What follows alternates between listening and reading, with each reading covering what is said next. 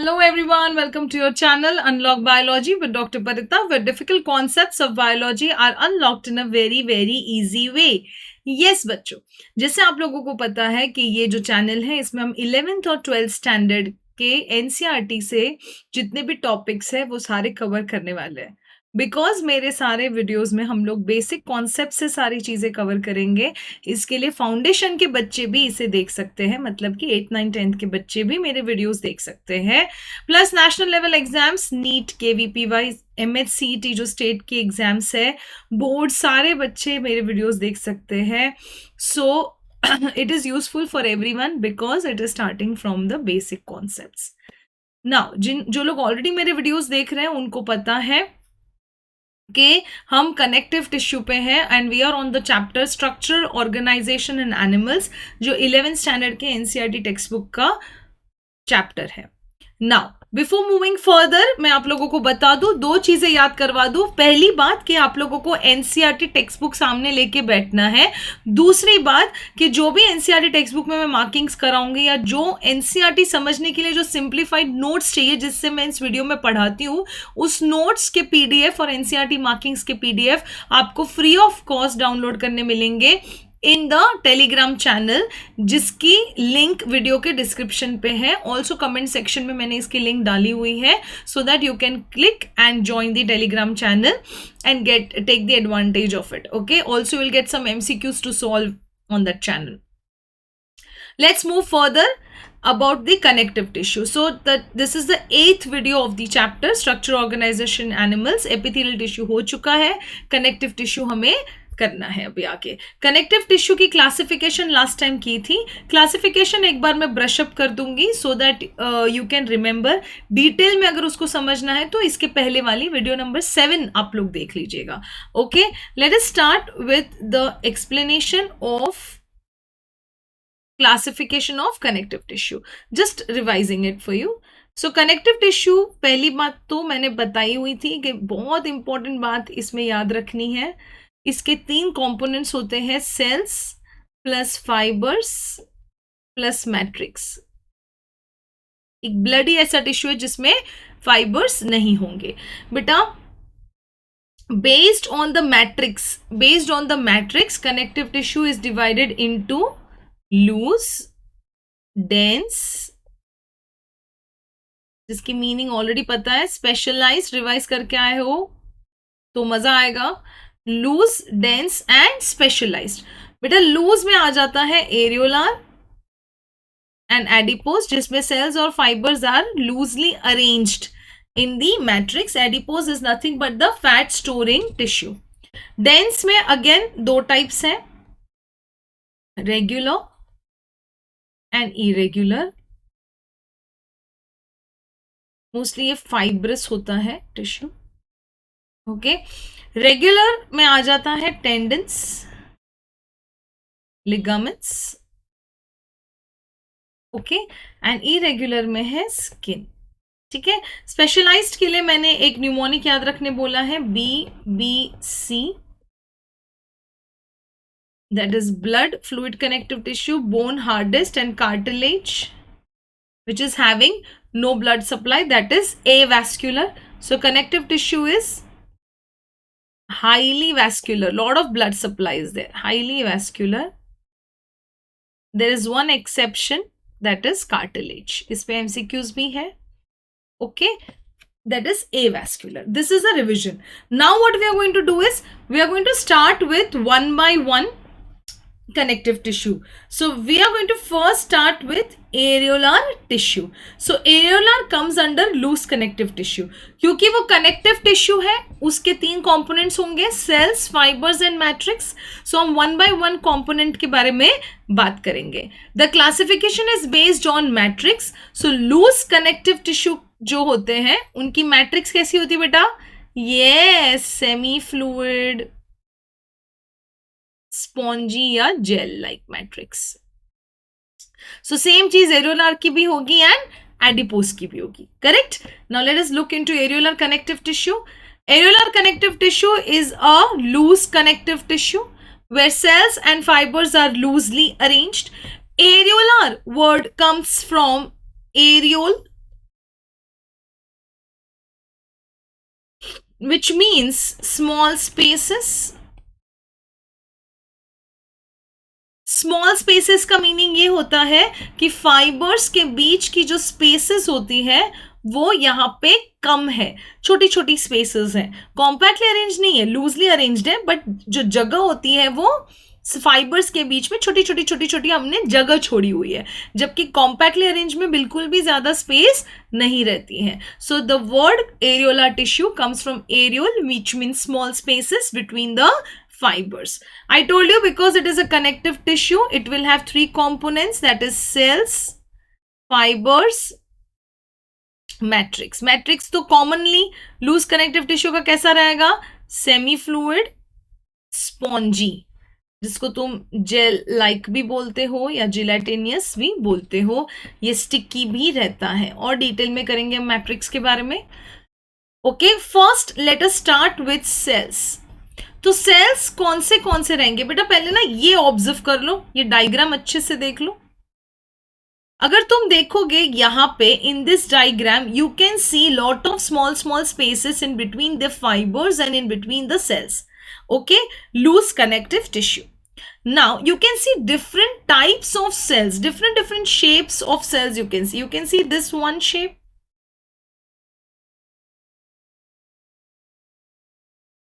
Okay, you can see one more shape. This is one more shape.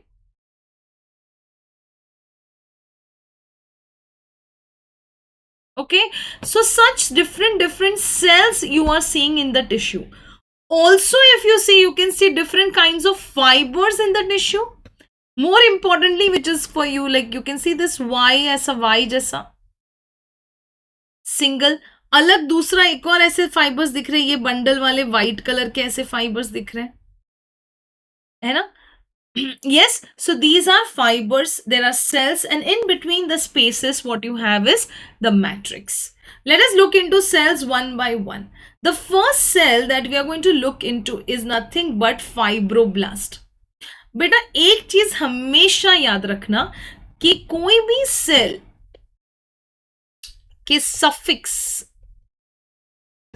मतलब कोई word के पीछे कुछ लगता है, तो सपोज यहां पे कोई वर्ड है उसके पीछे लग गई ब्लास्ट, तो ये हो जाएंगे कुछ प्रोड्यूस करने वाले सेल्स, प्रोड्यूसिंग सेल्स. सो यहाँ पे प्रोड्यूसिंग या सीक्रीट करने वाले सेल्स होंगे.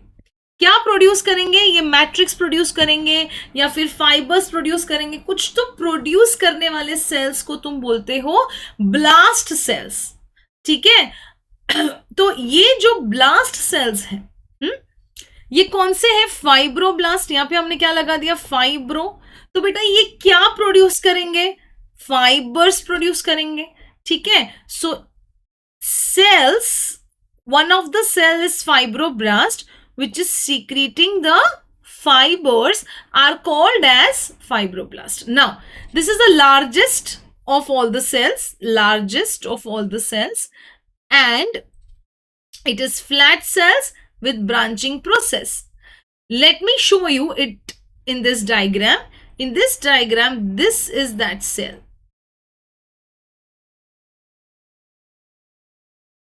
It has branching process, it is flat, and you can see it is on the fibers, those white fibers you can see. So it is large, okay, largest to be very specific. ज़्यादा हिलते डुलते नहीं है ये cells, बहुत actively move नहीं करते हैं. Okay. Also, they have branches which you can see it very nicely in the diagram, and उनका main function क्या है? Fibroblast. So to produce and secrete what? Fibers. Getting it? Okay, this is one cell. Now which is the another cell? The another cell is very important for defense. These cells are called as macrophage. Now the word macrophage comes from macro का meaning होता है large. I'm not talking largest, it is large. It is also a big cell. So big.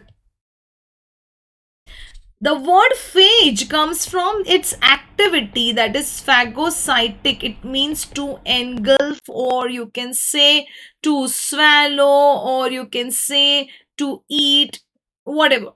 Okay, so engulf करना. तो suppose कोई बड़ा सा कुछ antigen या फॉरेन पार्टिकल आ रहा है. एंटीजन, एंटीजन मतलब कोई भी ऑर्गेनिज्म जो हमारी बॉडी में, ऑर्गेनिज्म हो सकता है, कोई फॉरेन पार्टिकल हो सकता है जो हमारी बॉडी के लिए हार्मफुल है. ठीक है, अभी के लिए you have to remember this, we have detail definition in the 12th standard. Then you have some foreign particles या डस्ट या कुछ भी, एनीथिंग, ऑर्गेनिजम्स जो हार्मफुल है. ओके, ये कुछ तो आ रहा है तुम्हारी बॉडी में जो तुम्हें हार्म कर रहा है, उसको खाने के लिए आ जाते हैं ये सेल्स. ये न्यूक्लियस है एक्चुअली. ये सेल्स उसको ईट करने आ जाते हैं. So these are big cells and they are eating up what? Any foreign particles or antigen which is harmful to the tissue. Now, the word comes from macrophage, so it is macro, big cells which are having phagocytic action. The macrophages of the connective tissue has got a name called as histiocytes. Histo means tissue, tissue के sales है ये, मतलब tissue के macrophages है. ठीक है, सो connective tissue के macrophage को तुम क्या बोलते हो? Histiocytes. Now because it has its action of phagocytic, can I से कि इसका जो रोल है वो इम्यूनिटी में बहुत ज्यादा है. इम्यूनिटी का मीनिंग क्या है बेटा? डिफेंस, क्योंकि ये बॉडी को बचा रहा है ना, किसी एंटीजन या किसी फॉरेन सब्सटेंस से. So macrophages are nothing but large cell which are phagocytic in action, and these are also cells which you can see it in the areolar tissue. Correct? Now, which is one more cell that you can see it in areolar tissue? The name is mast cell or mast cell. These are also very very important cells because ये तुम्हारी body के लिए कुछ chemical secrete करते हैं जो बहुत ज्यादा जरूरी होते हैं. बेटा कभी कट वगैरह आया है, चक्कू वगैरह लगा होगा, ऐसे कट आ गया होगा, खून आ रहा होगा. खून क्या बहता ही रहता है 10 घंटे तक? नहीं, unless you have some disorder. नहीं, नॉर्मली क्या होता है, ब्लड ऐसे आता है थोड़ी देर, उसके बाद खून जम जाता है. खून जमने को बोलते हैं इंग्लिश में क्लॉट, एंड उसके लिए एक टर्म है कोएगुलेट, है ना. सो ये जो ब्लड क्लॉट होता है, मतलब ब्लड की एक टेंडेंसी है टू क्लॉट, बट ये ब्लड कोएगुलेशन बॉडी के अंदर क्यों नहीं होता? बॉडी के अंदर जो ब्लड वेसल्स है, आर्टरीज है, वेन्स है, उसमें तो ब्लड बहुत अच्छे से फ्रीली फ्लो हो रहा है. क्यों वहां पे नहीं हो रहा है कोएगुलेट? अगर वहां पे हो जाएगा तो it can be a dangerous situation for the body. वहां पे नहीं हो रहा है बिकॉज बॉडी के जो टिश्यूज है, उस टिश्यूज के अंदर सेल्स है जिसको हमने बोला है मास्ट सेल्स. वो तुम्हारी बॉडी में एक कंटिन्यूसली एक एंटी का मीनिंग होता है अगेंस्ट, मतलब ऐसा एक केमिकल जो कोएगुलेशन नहीं होने देगा, उस केमिकल का नाम है हिपेरिन. ओके, ये कौन सिक्रीट करता है? Mast cells. It is very very important cell. Also, there is one more chemical which it secretes, which is called as histamine. Now, ध्यान से सुनो what is histamine. Okay, sit straight and listen to it. What is histamine? Histamine जो है बेटा, ये cells, histamine जो cells है, ये histamine जो chemical है, ये mast cells कब secrete करते हैं? फ्रैक्चर वगैरह होता है या कोई इंजरी आती है तो उस जगह पे क्या आ जाता है? सूजन आ जाती है, हम लोग बोलते हैं ना, सूजन आ जाती है. वहां पे थोड़ा रेडनेस हो जाता है, वो जो रीजन होता है थोड़ा हीट उसमें से प्रोड्यूस होता है, प्लस वहां पे थोड़ा पेन होता है. ये सारे साइंस को हम इंग्लिश में या मेडिकल टर्म्स में एक टर्म देते हैं जिसको बोलते हैं इन्फ्लेमेशन. क्या बोलते हैं? इन्फ्लेमेशन. ये इन्फ्लेमेशन बॉडी के लिए जरूरी होता है. इसका मतलब ये है कि बॉडी ने अपनी हीलिंग प्रोसेस चालू कर दी है. अब ये क्यों होता है? क्योंकि वहां के जो ब्लड वेसल्स हैं, सपोज वो ब्लड वेसल नॉर्मली इतने छोटे से है, जैसे ही वहां इंजरी होती है वहां के मास्ट सेल्स ये केमिकल सिक्रीट करते हैं जिसको तुमने बोला है हिस्टामीन। जैसे ही हिस्टामीन इस ब्लड सेल्स पे एक्ट होता है, ये ब्लड वेसल्स वाइड हो जाते हैं। वाइड मतलब एक्सपैंड हो जाते हैं। एक्सपैंड का मीनिंग होता है dilate. Expand means dilate. So ये उस ब्लड वेसल्स को डाइलेट करते हैं, एक्सपैंड करते हैं। ठीक है। एंड जिसकी वजह से जहां पे इंजरी हुई है वहां पे ब्लड सप्लाई ज्यादा आ जाता है। एंड ब्लड सप्लाई ज्यादा आने की वजह से वहां की हीलिंग फास्ट हो जाती है।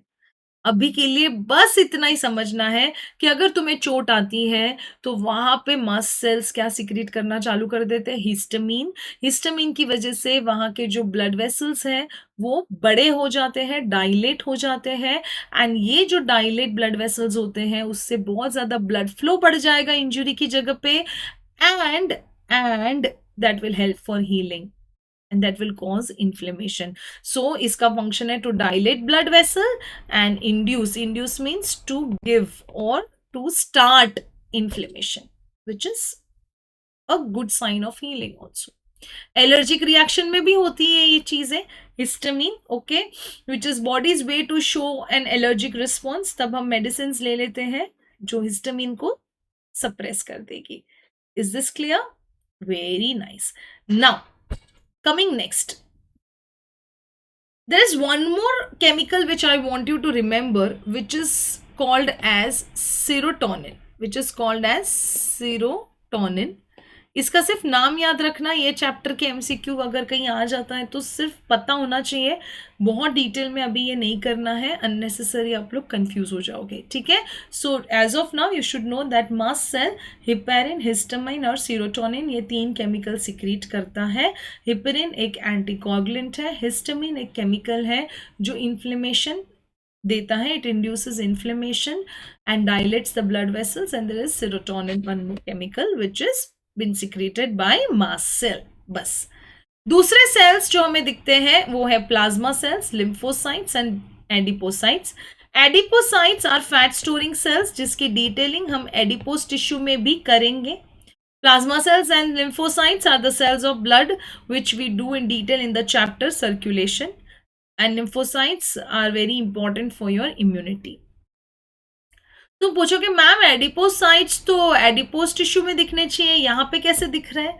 तो यहाँ पे भी कुछ छोटे से अमाउंट में एडिपोसाइट्स दिखते हैं जो फैट स्टोर करते हैं। जैसे कि ये स्किन है, इसके नीचे एकदम less amount of fat storage रहता है, यहाँ पे टिश्यू एरियोलर है, बट ये जो फैट है ये कहाँ पे स्टोर हो रहा है? In the adipocytes. So little amount of adipocytes you will be seeing in areolar tissue also, because adipose tissue is nothing but a form of or modification of areolar tissue। ठीक है। Again I'm showing you this diagram and now you will understand more nicely, and let us revise। Cell, जो पहला cell हमने देखा, this was the fibroblast, which is fiber secreting branch, flat, largest। जो दूसरा cell हमने देखा, it was this macrophage, okay, which is engulfing the foreign particles। One more cell that we have seen is this mast cell, which is secreting very very important chemicals in your body। And then you can see lymphocytes as a one more type of cell. You can see plasma cells as a cell, you can see a fat cell which is the adipocytes। Clear?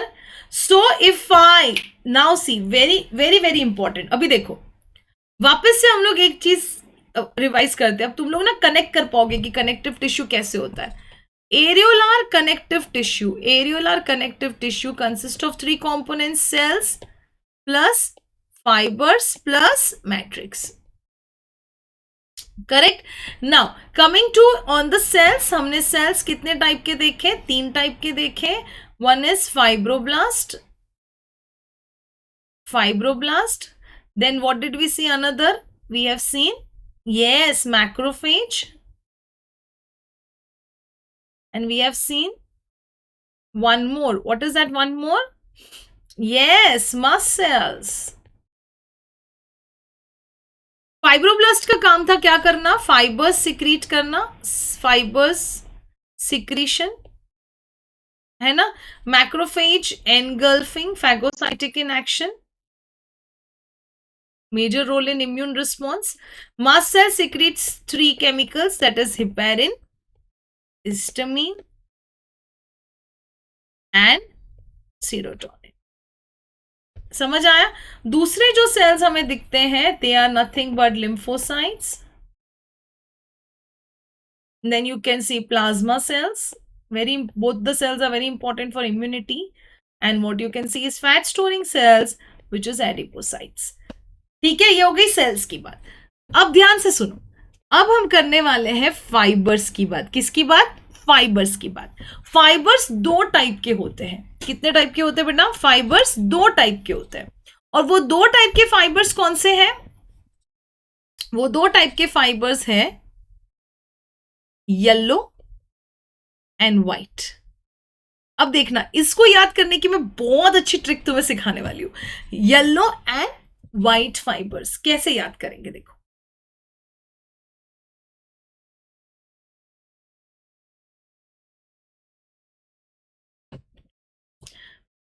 Yellow fibres का जो नाम है उसी से हम लोग उसको याद करने वाले हैं.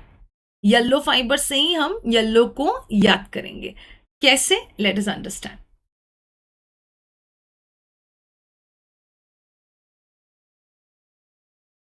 From this Y, you can remember yellow fibers.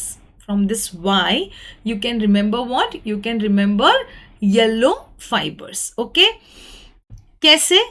देखो, yellow fibers, first of all, yellow fibers are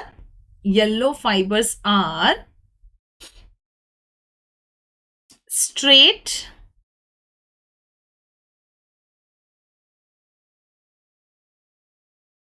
so you can see that yellow fibers are straight,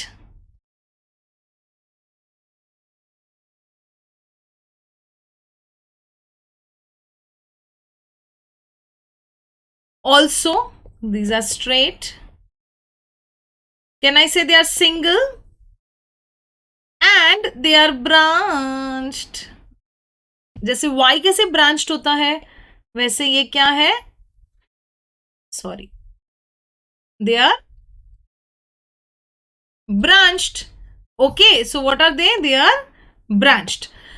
Now, what is the spelling of yellow? YELLOW. So पहले दो letter से हम उसको याद करेंगे. Y shape से उसका क्या आ जाएगा? They are straight. Straight को तुम linear भी बोलते हो.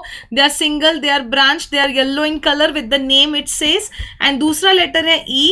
E is standing for one structural protein. And that structural protein we call it as elastin. हम लोग क्या बोलते हैं उसको? Elastin बोलते हैं. We call that structural protein as elastin. And this elastin is responsible to give what? This elastin is responsible to give elasticity and flexibility to the tissues. तो बेटा जहां जहां तुम्हें flexibility, जहां जहां तुम्हें elasticity या flexibility चाहिए, वहां वहां क्या आएंगे? येलो फाइबर्स ज्यादा होंगे. ठीक है. अब इसकी की पूरी ऑपोजिट है व्हाइट फाइबर्स. जैसे कि अगर येलो फाइबर स्ट्रेट है तो व्हाइट फाइबर्स स्ट्रेट नहीं है, ऐसे वेवी है. अगर येलो फाइबर्स सिंगल है तो व्हाइट फाइबर्स बंडल्स में है. अगर येलो फाइबर्स ब्रांच्ड है तो व्हाइट फाइबर्स ब्रांच्ड नहीं है. येलो येलो इन कलर है, व्हाइट व्हाइट इन कलर है. और दोनों के स्ट्रक्चरल प्रोटीन भी अलग है. स्ट्रक्चरल प्रोटीन मतलब ये वो प्रोटीन है जो इसका स्ट्रक्चर बनाते हैं. Correct? So the form, the shape. Okay, now see, let us understand that very nicely.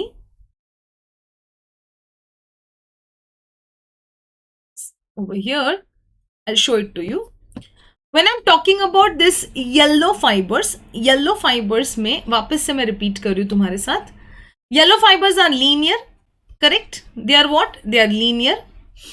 Whereas your white fibers are not linear, they are not straight, they are what? They are wavy. ठीक है. Now, let us talk about another topic. Another point. Yellow fibers are branched. That is that Y thing you have to remember. And whereas your white fibers are unbranched. Yellow fibres कैसे थे बेटा? Yellow fibres थे, single थे, correct. ये क्या थे बेटा? Bundles में थे। इनका जो ये था, व्हाट टू से, स्ट्रक्चर प्रोटीन था, वो था इलास्टिन। इनका स्ट्रक्चर प्रोटीन है कोलेजन। इलास्टिन अगर इलास्टिसिटी दे रहा है तो कोलेजन क्या दे रहा है? स्ट्रेंथ दे रहा है, रिजिडिटी दे रहा है। So collagen is giving what बेटा? Collagen is giving strength, rigidity. So जहां पे फ्लेक्सिबिलिटी ज्यादा चाहिए, ठीक है, वहां पे मोस्ट ऑफ द टाइम क्या रहेगा तुम्हारा? येलो फाइबर्स, हमेशा येलो फाइबर्स। जैसे कि नाक के ऊपर की जो टिप है ये ऐसे फ्लेक्सिबल है, यहाँ पे येलो फाइबर्स ज्यादा है, यहाँ पे येलो फाइबर्स ज्यादा है। ये कार्टिलेज है, बट ये कार्टिलेज में येलो फाइबर्स ज्यादा है। इसके लिए मैं बोल रही हूँ कि भले ही हम एरियोला टिश्यू कर रहे हैं, but this is the whatever you are studying in areolar tissue is very very important for your further connective tissue also. Okay, so this is giving what? Rigidity, white fibers. Oh, this is clear to everyone. Where you can see it in the diagram, you can see this fibers. ये जो ऐसे Y वाले जो तुम्हें दिख रहे हैं यहाँ पे ऐसे येलो कलर के, ये येलो फाइबर्स, और ये जो ऐसे बंडल्स में तुम्हें दिख रहा है, ये जो बंडल्स यहाँ पे ऐसे ऐसे wavy है, these are your white fibers. Okay, you can see a fibroblast on this which is responsible for secretion of the fibers. So ये अच्छे से याद रखना। एक और बार मैंने यहाँ पे भी अच्छे से रिप्रेजेंट किया हुआ है, ये जब तुम लोग डाउनलोड करोगे तो अलग अलग कलर्स में तुम्हें दिखेगा। Okay, so this also you can refer when you download the PDF. Fine, let's move into the other part, that is cells हो गया, fibers हो गया, अब क्या है? Matrix, and the location and all we are going to study little bit. Let us understand that. Matrix is made up of mucopolysaccharides, which is a carbohydrate matrix, sugar matrix, and it's in combination of proteins. Also, you can see, or you can write here gel-like or spongy, which you already know. You can write here semi-fluid, which is the NCERT word, है ना? Location कहाँ है? beneath the skin, between the skin and the muscles. मतलब ये अगर epithelial है तो epithelial के नीचे जितना भी है वो सारा एरियोला टिश्यू है। You can see your skin, यहाँ पे आ गया लूज कनेक्टिव टिश्यू, कुछ फैट सेल्स है जो फैट स्टोर कर रहे हैं। So what is it is giving? It is giving a support framework to epithelial tissue. So इसके पास ब्लड वेसल्स भी है ना, सो एपिथेलियल टिश्यू के पास ब्लड वेसल्स नहीं थे तो ब्लड सप्लाई भी इनका कहाँ से आ रहा है? अंडरलाइन कनेक्टिव टिश्यू से, which is your loose connective tissue. Okay, so this is all about areolar connective tissue. Again, if I move into our chart, अगर यहाँ पे मैं देखूं तो cells is done, fibers white and yellow fibers, एक है elastin से बना हुआ, एक है कोलेजन से बना हुआ। मैट्रिक्स म्यूकोपॉलीसैकेराइड, सेमी फ्लूइड है, स्पॉन्जी है, जेल लाइक है, स्टिकी है, ठीक है। एंड लोकेशन कहाँ है? Beneath the skin, supporting framework. अब एनसीईआरटी में ये सारी चीजें, this particular thing is given in like 4 to 5 lines. Let us understand that also. NCERT, page number 103. Loose connective tissue has cells and fibers loosely arranged in which kind of matrix? In a semi-fluid ground matrix. Example एक हो गया areolar tissue. Areolar tissue is present where? It is present beneath the skin. What is given over here? It is also given that it is having a supporting framework of epithelium. So that comes under function. So I have divided that in properly in notes. So you can refer notes and फटाफट NCERT याद हो जाएगी। फिर cells कौन से type के थे? तो cells तुम्हारे टाइप के थे ये सारे। Fibroblast, cells that produce and secrete fibers. Macrophage, phagocytic in action, immune system, mast cells, 3 type के chemical secrete करता है। That is all given about the areolar tissue. Fine. So you can go through this notes. You can download this notes. Again, I'm repeating, in the Telegram channel. You can join the Telegram channel, download this notes, and you can also download the working of the NCERT, which I'm doing here, or if I'm writing anything or marking anything, everything you can download. Okay. Link is given in the video description. Okay. Bye-bye. Ta-da. Thank you.